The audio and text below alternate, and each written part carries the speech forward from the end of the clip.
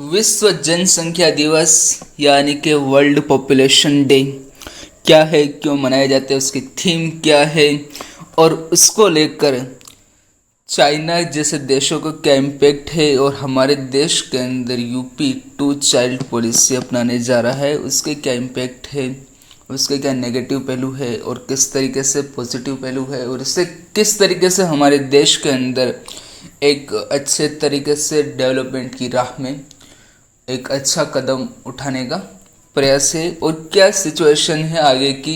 UP के अंदर इतनी सारी पॉपुलेशन है और उसकी वजह से कहीं ना कहीं एक बेरोज़गारी पर उसका इम्पैक्ट पड़ता है। फिर उसके बाद अंडर प्रिविलेज गरीबी के अंदर भी और बहुत सारे ऐसे पहलू है कि जिसके अंदर इनकम डिस्ट्रीब्यूशन भी बहुत अच्छे से नहीं कर पाते। तो आज सारी चीज़ों को हम समझेंगे। सबसे पहले समझेंगे हम वर्ल्ड पॉपुलेशन डे यानी कि विश्व जनसंख्या दिवस, और उसके बाद जो समझेंगे हम to child policy in Uttar Pradesh क्या है। ठीक है, शुरुआत करते हैं। हाल ही में उत्तर प्रदेश ने विश्व जनसंख्या दिवस यानी कि वर्ल्ड पॉपुलेशन डे 11 जुलाई के अवसर पर अपनी नई जनसंख्या नीति 2021 एंड 2030 का अनावरण किया है। वर्ल्ड पॉपुलेशन डे क्यों चर्चा में है और 11 जुलाई को सेलिब्रेट किया गया है, इसकी थीम क्या है। वर्ष 1989 में संयुक्त राष्ट्र विकास कार्यक्रम यूनाइटेड नेशन डेवलपमेंट प्रोग्राम ने सिफारिश की कि 11 जुलाई को अंतर्राष्ट्रीय समुदाय द्वारा विश्व जनसंख्या दिवस के रूप में मनाया जाए, जिसका उद्देश्य जनसंख्या के मुद्दों को तात्कालिकता और महत्व पर ध्यान केंद्रित करना है। United Nation development programme UNDP जनहित और जागरूकता से प्रेरित था, जिसे 11 जुलाई 1987 को 5 अरब दिवस, जब विश्व की आबादी 5 अरब तक पहुंच गई थी, उसके द्वारा सृजित किया गया था। इस आशय का एक प्रस्ताव पारित किया गया था और इस दिन को पहली बार 11 जुलाई 1990 को चिन्हित किया गया था।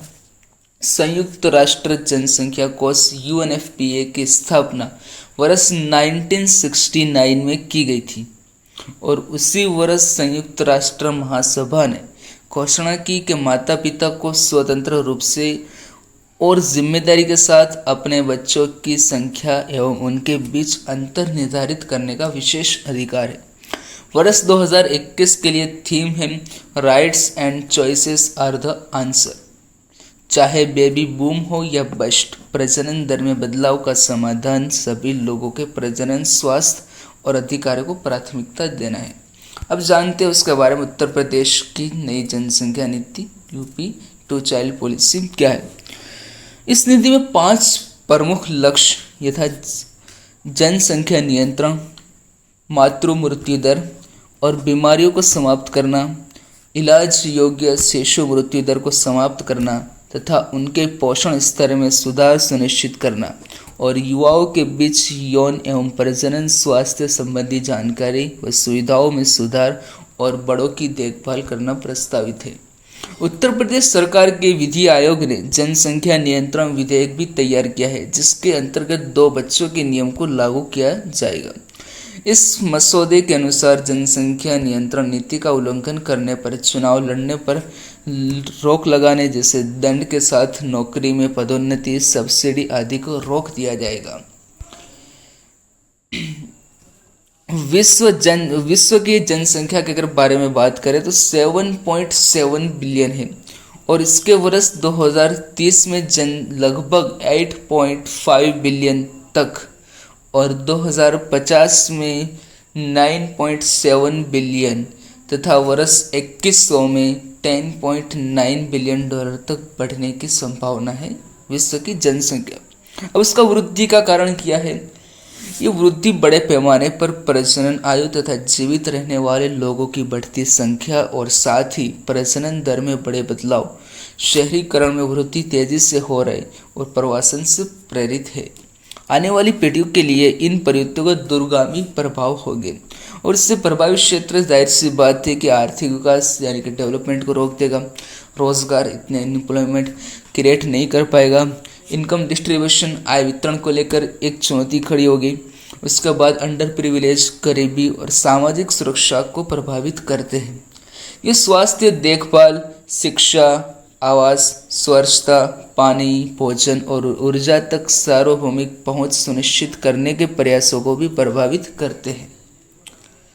अब भारत में जनसंख्या वृद्धि के मुद्दे को लेकर बात करते हैं कि भारत में विश्व का केवल 2% भूभाग है, यानी कि हमारे देश के अंदर केवल विश्व की अगर बात करें तो 2% ही भूभाग है और यहाँ की आबादी वैश्विक जनसंख्या का 16% है, यानी कि पूरे वर्ल्ड के अंदर 16% पॉपुलेशन अकेले इंडिया के अंदर है। फर्स्ट नंबर पर चाइना और सेकंड नंबर पे हमारा देश है और कहीं ना कहीं 2045 तक हमारा देश चाइना से भी आगे निकल जाएगा, ऐसा अनुमान लगाया जाता है।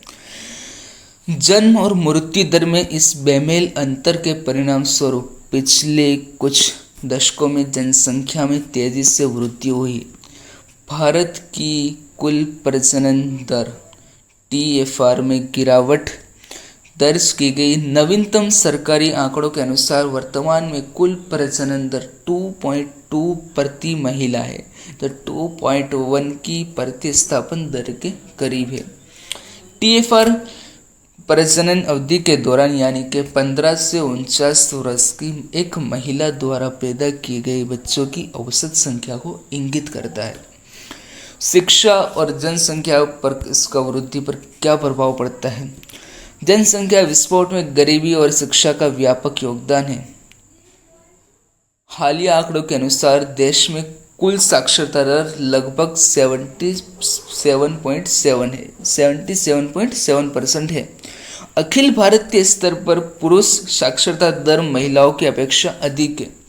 यहाँ 84.7% पुरुषों के मुकाबले 70.3% महिलाएं ही साक्षर है।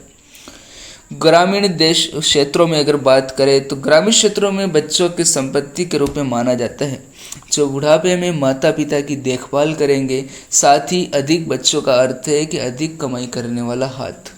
महिलाओं की शिक्षा के स्तर का सीधा प्रभाव प्रजनन क्षमता पर पड़ता है, क्योंकि स्पष्ट है कि निरक्षर महिलाओं की प्रजनन दर साक्षर महिलाओं की तुलना में अधिक होती है। शिक्षा का अभाव महिलाओं के गर्भ निरोधक के उपयोग तथा अधिक बच्चों को जन्म देने से पड़ने वाले प्रभाव की जानकारी में बाधक है। भारत की उच्च युवा बेरोजगारी भारत में जनसंख्या के लाभांश के जनसंख्या के आपदा में बदल रही है। इस युवा क्षमता को अक्सर जनसंख्या के लाभांश के रूप में माना जाता है, जिसका अर्थ है कि यदि देश में उपलब्ध युवा गुणवत्तापूर्ण शिक्षा और कौशल प्रशिक्षण से लैस है तो उन्हें न केवल उपयुक्त रोजगार मिलेगा बल्कि वे देश के आर्थिक विकास में भी प्रभावी योगदान दे सकते हैं। जनसंख्या वृद्धि में स्थिरता सुनिश्चित करने के लिए परिवार नियोजन एक प्रभावी उपकरण है। सभी स्तरों पर सरकार, संघ, राज्य एवं स्थानीय समाजों को जागरूकता बढ़ावा देने, महिलाओं के यौन और प्रजनन अधिकारों की वकालत करने तथा गर्भ निरोधक के उपयोग को प्रोत्साहित करने की जिम्मेदारी लेनी चाहिए। समाज और देश के अधिक लाभ के लिए जनसंख्या वृद्धि का उपयोग कैसे किया जाए, इस पर अच्छी तरह से शोध कर योजना बनाने और उसके कार्यान्वयन की आवश्यकता है। स्वास्थ्य के क्षेत्र में बेहतर भविष्य के लिए गरीबी, लैंगिक समानता, आर्थिक विकास से संबंधित यानी कि सतत विकास लक्ष्य सस्टेनेबल डेवलपमेंट गोल की प्राप्ति महत्वपूर्ण है। अगर हम बात करें तो देश में शिक्षा, स्वास्थ्य, कृषि, आवास, रोजगार पर बढ़ते दबाव को देखते हुए 2 बच्चों की नीति अनिवार्य करने की मांग तेजी से आई है। हालांकि विशेषज्ञों का कहना है कि भारत को चीन से सबक लेते हुए इस मुद्दे पर कोई निर्णय नहीं लेना चाहिए। राष्ट्रीय परिवार स्वास्थ्य सर्वेक्षण 5 के नवीनतम आंकड़ों से यह प्रमाणित होता है कि परिवार नियोजन के संबंध में भारत में सुधार हुआ है। एक बच्चों के जन्म की औसत दर में भी गिरावट देखी गई है। विशेषज्ञों का कहना है कि इससे साबित होता है कि देश की आबादी स्थिर है एवं जनसंख्या विस्फोट का डर एवं 2 बच्चों की अनिवार्य नीति गुमराह करने वाली है। इसके साथ ही यह विषय इसलिए भी चर्चा का मुद्दा बना है कि भारत जैसे देश के लिए 2 बच्चों की नीति अपनाना किस हद तक तार्किक है एवं इस संबंध में भारत को चीन से क्या सीख लेनी चाहिए। गौरतलब है कि प्रधानमंत्री नरेंद्र मोदी ने वर्ष 2019 में स्वतंत्रता दिवस पर भाषण के दौरान देश में जनसंख्या नियंत्रण हेतु अपील की थी। प्रधानमंत्री के भाषण का एक बड़ा हिस्सा पर्यावरण और व्यवहार संबंधी परिवर्तनों से संबंधित चिंताओं से प्रेरित था। प्रधानमंत्री ने जनसंख्या नियंत्रण संबंधी प्रयासों को देशभक्ति का ही एक रूप बताया था और इसे प्राप्त करने हेतु पूरे समाज को आगे आने की बात भी कही थी। उन्होंने कहा था कि देश में जनसंख्या विस्फोट की स्थिति भविष्य की पीढ़ियों के लिए विभिन्न समस्याएं उत्पन्न करेगी। जो लोग छोटे परिवार की नीति का पालन करते हैं वे भी विकास में योगदान करते हैं। नीति आयोग ने बाद में इस मुद्दे पर राष्ट्रीय स्तर के परामर्श हेतु विभिन्न हितधारकों को आमंत्रित किया, किंतु आगे चलकर इसे रद्द कर दिया गया। वर्ष 2020 में प्रधानमंत्री ने महिलाओं के लिए विवाह की उम्र को संशोधित करने के संबंध में एक संभावित निर्णय के बारे में बात की थी, जिसे कई लोग जनसंख्या को नियंत्रण करने के अप्रत्यक्ष प्रयास के रूप में देखते हैं। राष्ट्रीय परिवार स्वास्थ्य सर्वेक्षण 5 रिपोर्ट का पहला भाग, जिसे कुछ समय पूर्व ही सार्वजनिक किया गया था, 17 राज्यों और 5 केंद्र शासित प्रदेशों के आंकड़ों को दर्शाता है। अंतर्राष्ट्रीय गैर लाभकारी संगठन जनसंख्या परिषद द्वारा इन आंकड़ों के विश्लेषण से पता चलता है कि भारत के 17 में से 14 राज्यों में से कुल प्रजनन दर प्रति महिला जन्म लेने वाले बच्चों की संख्या में कमी आई है। या प्रति महिला प्रजनन दर 2 और 1 या उससे कम है। उसका अर्थ ये हुआ कि अधिकांश राज्यों ने प्रतिस्थापन स्तर रिप्लेसमेंट लेवल फर्टिलिटी अर्थात प्रति महिला जन्म लेने वाले बच्चों की औसत संख्या, जिसकी एक आबादी खुद को एक पीढ़ी से दूसरी पीढ़ी तक पूरी तरह से बदल सकती है। यह डेटा दर्शाता है कि 2 बच्चों से संबंधित धारणा गलत और मिथक है। हालांकि परिवार स्वास्थ्य कार्यक्रम व्यक्ति के अधिकार और सम्मान को बनाए रखने हेतु आवश्यक है। वर्ष 2005 और 2016 के मध्य आयोजित राष्ट्रीय परिवार स्वास्थ्य सर्वेक्षण 3 एवं राष्ट्रीय परिवार स्वास्थ्य सर्वेक्षण 4 के दौरान 22 में से 12 राज्यों और केंद्र शासित प्रदेशों में गर्भ निरोधक के आधुनिक तरीकों के इस्तेमाल में गिरावट देखी गई थी, जबकि राष्ट्रीय परिवार स्वास्थ्य सर्वेक्षण 5 में 12 में से 11 राज्यों में जहां इन गर्भ निरोधकों का उपयोग पहले से कम या उसमें अब वृद्धि देखी गई। विशेषज्ञों द्वारा किए गए सर्वेक्षण के अनुसार बाल विवाह की वृद्धि के संबंध में भी ध्यान आकर्षित किया गया है एवं अपील की गई है कि नीति निर्माताओं को इस क्षेत्र में शुरुआती गर्भधारण पर अंकुश लगाने हेतु ध्यान देना आवश्यक है। हालांकि देखा गया है कि प्रति परिवार 2 बच्चों के संबंध में कोई राष्ट्रीय नीति नहीं है। इस मामले में नवंबर 2019 में राज्यसभा के एक विधेयक पेश किया गया था, जिसमें छोटे परिवारों के लिए प्रोत्साहन का प्रस्ताव रखा गया था। विभिन्न राज्यों में 2 बच्चों के संबंधित नीति 2019 तक की स्थिति क्या है। असम राज्य के अंदर बात करें तो असम मंत्रिमंडल द्वारा लिए गए फैसले के अनुसार 2021 से 2 से अधिक बच्चों वाले लोग सरकारी हेतु अयोग्य माने जाएंगे। राजस्थान ने उसके लिए क्या इनिशिएटिव स्टेप्स लिया है, हम वो भी इसकी चर्चा करेंगे। सरकारी नौकरियों के मामले में जिन उम्मीदवारों को 2 से अधिक बच्चे होंगे वो नियुक्ति के पात्र नहीं होंगे। राजस्थान पंचायती राज अधिनियम 1994 के अनुसार यदि किसी व्यक्ति के 2 से अधिक बच्चे हैं तो उसे ग्राम पंचायत या वार्ड सदस्य के रूप में चुनाव लड़ने के लिए अयोग्य घोषित किया जाएगा। हालांकि पिछली सरकार ने विकलांग बच्चे के मामले में 2 बच्चों के संबंधी मानदंड में ढील की थी। मध्य प्रदेश की क्या स्थिति है। राज्य वर्ष 2001 के बाद 2 बच्चों के मानदंड संबंधी नीति का पालन कर रहा है। मध्य प्रदेश सिविल सर्विस सेवाओं की सामान्य स्थिति नियमों के अनुसार 26 जनवरी 2001 को या उसके बाद यदि तीसरे का जन्म होता है तो वह व्यक्ति किसी भी सरकारी सेवा हेतु अयोग्य माना जाएगा।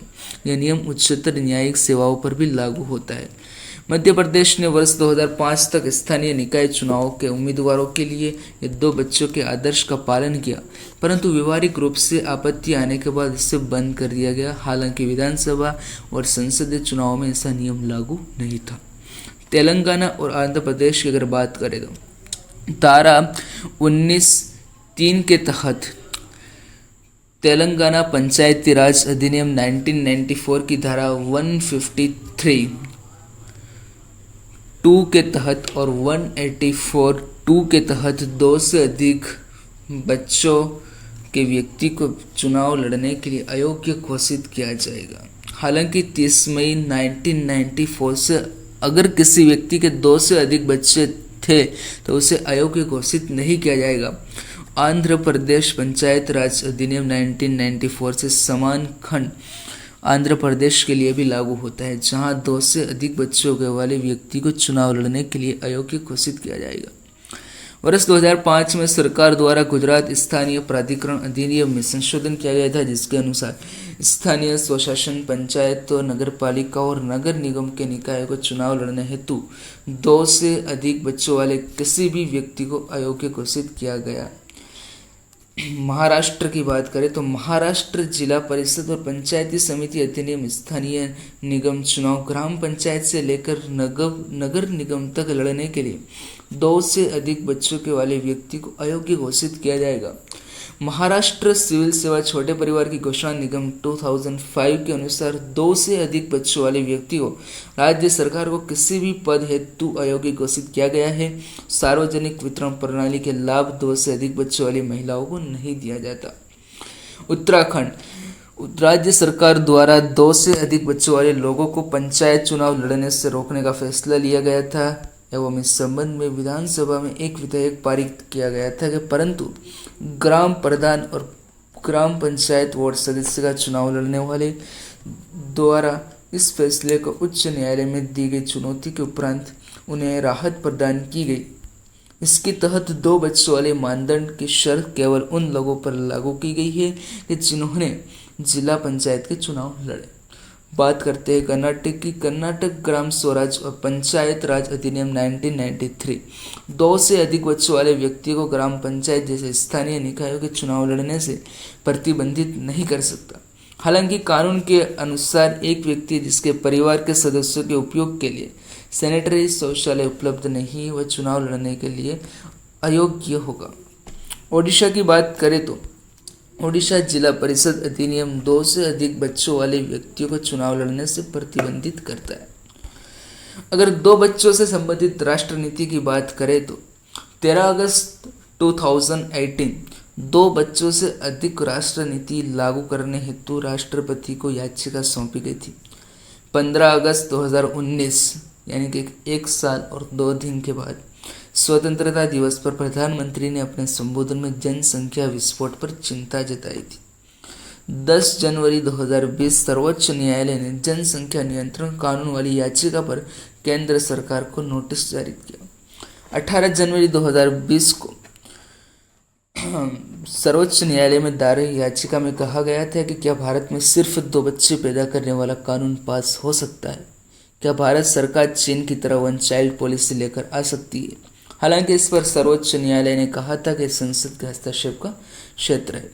2 बच्चों की राष्ट्र नीति के नकारात्मक पहलू की अगर बात करें तो आर्थिक सर्वेक्षण 2018-2019 के अनुसार वर्ष 2040 तक भारत में बुजुर्गों की आबादी 16% तक पहुंच जाएगी और वर्ष 2050 तक ये संख्या 33 करोड़ पार कर जाएगी।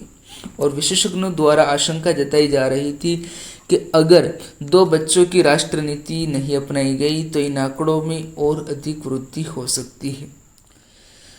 अगर उसके सकारात्मक पहलू की बात करें तो हम संयुक्त राष्ट्र रिपोर्ट के अनुसार भारत की आबादी वर्ष 2027 तक 158 करोड़ 158 करोड़ हो जाएगी, जो फिलहाल 131 करोड़ है। वहीं चीन की जनसंख्या 2027 में 153 करोड़ हो जाएगी। इस प्रकार भारत वर्ष 2027 तक विश्व की सबसे बड़ी आबादी वाला देश बन जाएगा। ये यूनाइटेड नेशन की रिपोर्ट है। उसके बाद गौरतलब है कि जनसंख्या बढ़ने से बेरोजगारी, गरीबी, अशिक्षा, निम्न स्वास्थ्य स्तर और प्रदूषण जैसी समस्याओं में वृद्धि होगी।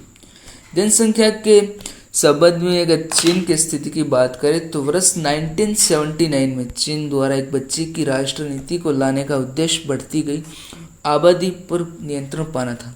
उस वक्त चीन की जनसंख्या 97 करोड़ थी, जो वर्ष 2019 में 139 करोड़ हो गई।